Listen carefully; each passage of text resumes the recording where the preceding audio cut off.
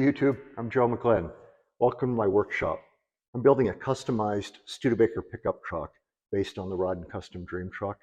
In previous episodes, I made a set of stainless steel scissor hinges, and I also made the steering column mount. All of this stuff, the original factory stuff, was long gone. Because the truck is chopped and sectioned, the geometry is all different. It wouldn't have worked in the first place. So I wanted to get those details figured out because they need to relate to the firewall. So I wanted to get them done before I put the firewall in. Now that I have those basics in place, I think I'm at the point where I can TIG braze this steering column, lower steering column mount to the firewall skin. Same thing for this heavy bolt plate that the hood hinges bolt to on the outside of the firewall. I've got a couple details to sort out on the toe board, and then I think I'll be able to put the outer firewall pieces in place and start building this recess here for engine clearance in the middle of the firewall. So I think a lot of stuff to do, but I think it's all pretty straightforward stuff. I'm ready to get moving, so let's hit it. Okay, I took a minute to make a small chipboard pattern. You can see this is part of the original cab structure. It's a wedge-shaped piece. It's reinforced. The front left body mount is right here in this hole. So I want to tie into this existing structure. It's already nicely tied into the rest of the cab. So what I did is I removed the toe board that I've already made a small chipboard pattern that has the same edges. These three edges match up with my actual metal toe board. And this hole corresponds to the cleco hole here and this little bracket. And I use that to pick up the location of the hole by just tapping around the edge of the hole with a hammer, which made an impression on the back. I center punched it, and I'm going to drill a hole that's slightly larger than the hole here so that I can TIG weld it into place. So you can see that this all lines up nicely. It'll give me an accurate location for the body mount hole by indexing off of the edges and off of that cleco hole. So that's handy. That was one step I needed to take care of. And I've decided I'm just going to use a standard foot-mounted dimmer switch, standard part like this. But I spotted something on the Hammer Fab website. I'm not sponsored by these guys. They don't know who the heck I am in any case, but it's a real simple little bracket cut out of, holy cow, 3/8 half-inch steel plate in the shape of this dimmer switch. And it's drilled and tapped for 1/4 bolts. It's a little rough in that the edges are smooth. There's some dross. It's hot rolled steel, so I'm going to bead blast it to remove the mill scale. I'll round over the top edge, give it kind of a nice smooth. I can't help myself. It's like all the parts have to be smoothed out and made as nice as I can. And then that will also weld to the top of the toe board here for the dimmer switch to mount to. Now, why do this? So it certainly isn't necessary. You need a way to be able to screw this to the floor. You could put a couple holes and nuts in it, but you've got holes for your new floorboards. So what's nice about this is the holes are on the top side. And when you weld this to the floor, they're blind. They don't go through. The holes are blind and they don't go through the floorboards. And this provides a bit of reinforcement in the area. And over here, it'll provide some support for the wires. So it was not expensive, seemed like a nice solution to mounting it, and it's kind of ready to go, except for, my AR tendencies to want to smooth and polish and clean everything up. So I'll go do that off camera. Nobody wants to watch videos about sanding little pieces of metal. Anyway, this is ready to drill a hole. Once that's done, I can lay out, probably put a bead or two beads on this panel just to provide some stiffness. It's 16 gauge steel, and with those two bends in it, it's not wobbly in any sense of the word. But a couple of beads would make it look a little nicer, so why not? So we'll show that. I'm going to drill the hole. I'm going to clean this part up. I'm going to pull this piece of the firewall off and TIG brace those two mounting pieces to it. While it's off, I need to strip the whatever undercoating and rust and 70 or 80-year-old paint, whatever is ugly, nasty stuff up here under the dash.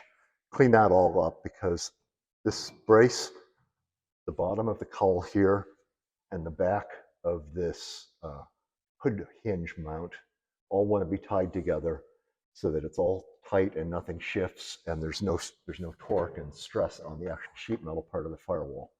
So that's my plan. A lot of little stuff, nothing particularly tricky. I'll get to it and try to share some of the interesting bits as we go. Here's a closer look at the bracket from Hammer Fab. This is a nice little piece. It solves a problem, gives me a solid way to mount the dimmer switch, and after a little sanding and bead blasting, rounding over the edges, it looks pretty darn sharp, I think. That's where it's going to sit. I've got the hole drilled to line up with this body mount, which is all cleaned up and ready for some weld-through primer before I proceed. Now I'm at the point where I would like to put some beads into the toe boards using the Pullmax. So I'm using 16 gauge steel, which is not the most user-friendly material. This is not draw quality or AK. This is plain old, crabby old man 16 gauge steel that doesn't like to do anything. I recently got these new dies from Stan Fulton. I believe his business is Tools for Metal Shaping or Tools for Shaping Metal. I'll put a link in the description. They're a nice set of dies. They have 3 interchangeable tips for the upper die holder and 3 interchangeable bases for the bottom to do different widths of bead. What's really nice about them, though, is this lower die. So on one side, you can see how it's indexed here on the side. On one side, it's just a straight slot for producing the bead. But on the other side, it's stopped, and it just has that radiused end that matches the shape of the bead that we're going to be installing. And what this is for is to put a finished edge on the bead. Some people call that coining. So this is an example of the kind of effect that we're looking for. So you can see how the bead is completely formed at the end. If you've ever used either a Pullmax or a bead roller to do beading without some way to do that on the end, you know what that looks like. It's kind of in the middle of forming that operation, so the bead just kind of flares out. It's not really in control. Usually have distortion right around it. So eager to use these, but since this is a real part, I want to do a couple of samples first before I destroy my otherwise perfectly acceptable toe boards. So took a couple scraps of 16 gauge steel, and this was the first one that I did. And it probably looks okay on camera, but as I was doing it, I used the same approach I might with a bead roller, where I'll go a little depth at a time and run a bead, and a little more depth and run a bead. And the last step I did was to do the coining on the ends. So what are the problems that I had? So the worst problem was that as I was installing the bead, the panel wants to fold into a V shape from the pressure of the upper die pushing down. So that was disappointing, and I had to do a lot of work clamping this to a table and hand manipulating it to bend it back flat. And even at that, it still needs more work, some hammer and dolly work to tune it up. Nothing that can't be corrected with some more hand work. But I wasn't totally happy with it. There's also some funny marks around the end from the coining operation, and part of that is where the bead had run a little further out, and then I coined it. Second part I tried a different approach, and instead of working it in gradually, what I did is I set the Pullmax to a depth, I coined the 2 ends at full depth, and then I ran the bead at full depth. And that worked much better. It didn't bend as much, and it helped, of course, that I was in a little further from the end of the panel. So that worked in my favor. The one end, the coining worked very nicely. The other end, it jumped a little bit, and you can see it's a little distorted. And again, using a T-dolly and a hammer or slapper, that's stuff that can be cleaned up without, losing a lot of sleep over. But it wasn't quite right, and there was still some bending, and I was able to manipulate this back into shape more easily, but there was still some bending that happened along the length of the bead. So my thought was to try to solve both of those problems. And in my experience with the Pullmax, my experience, people may have different opinions, but what I found is I really need to have the length and the distance offset from the edge, everything possible. I need to have hard stops set to control that. The machine is reciprocating, it moves fairly quickly. It's almost 1/8 of an inch, 118 thousandths stroke.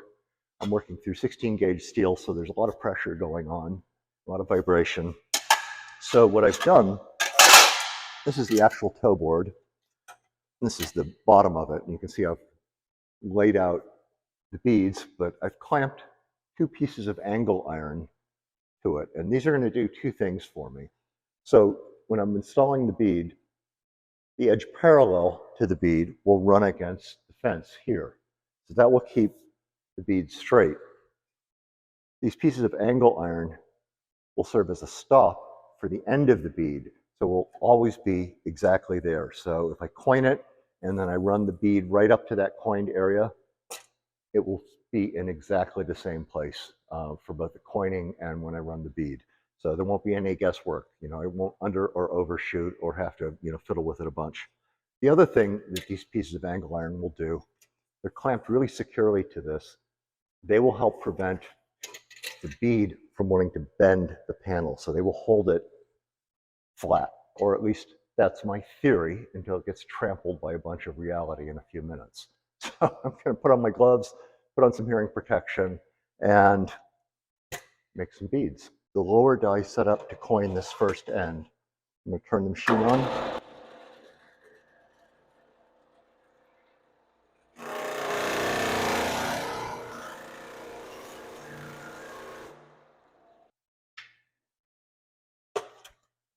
You can see there's the first end. I'll flip it around and coin the other end.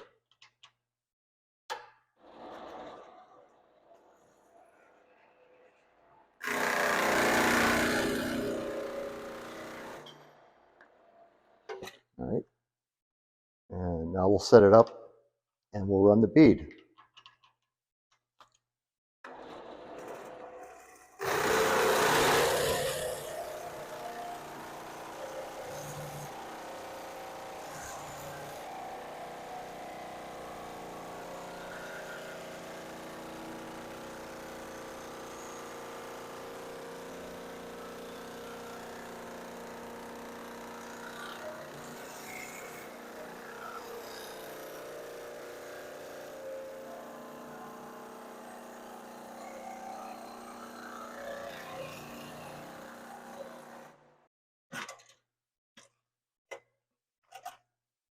That worked pretty well. Yay, I'm happy with that.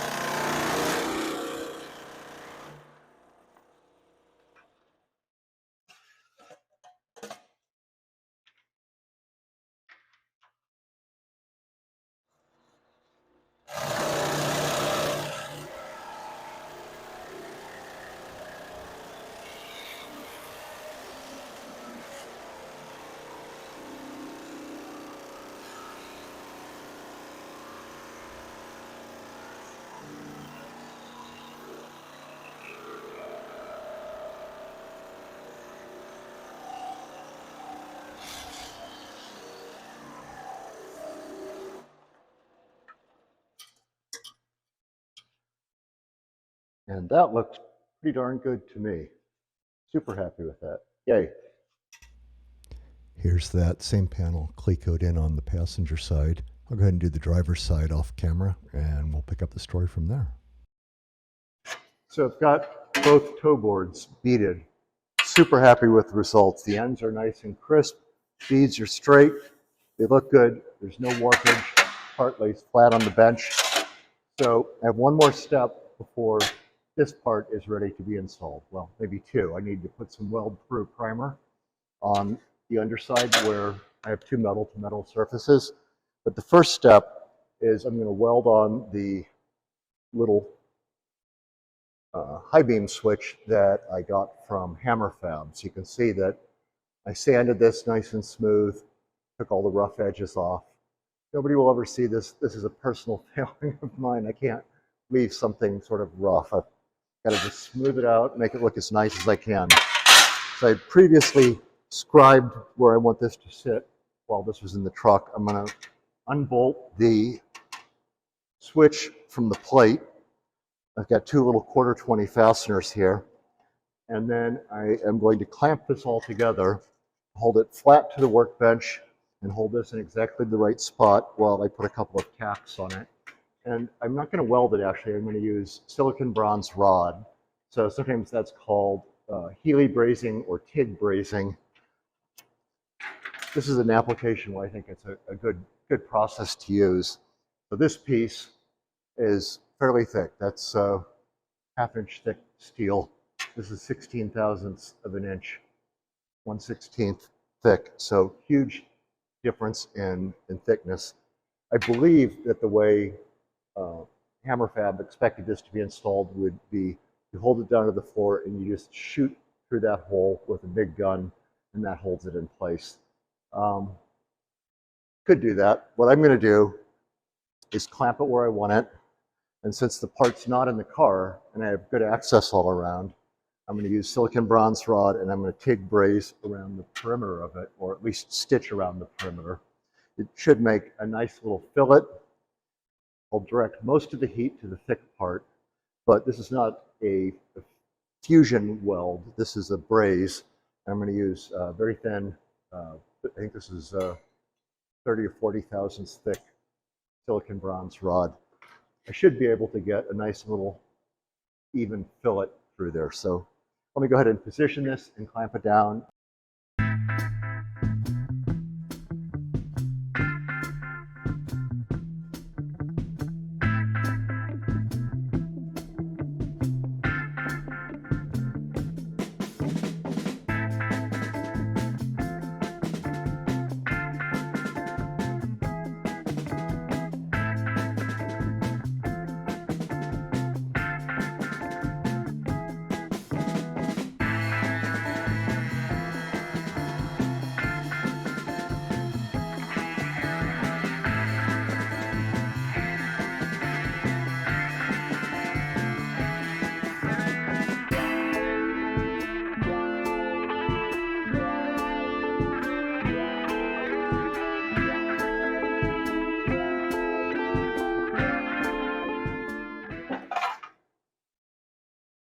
All right, happy with that.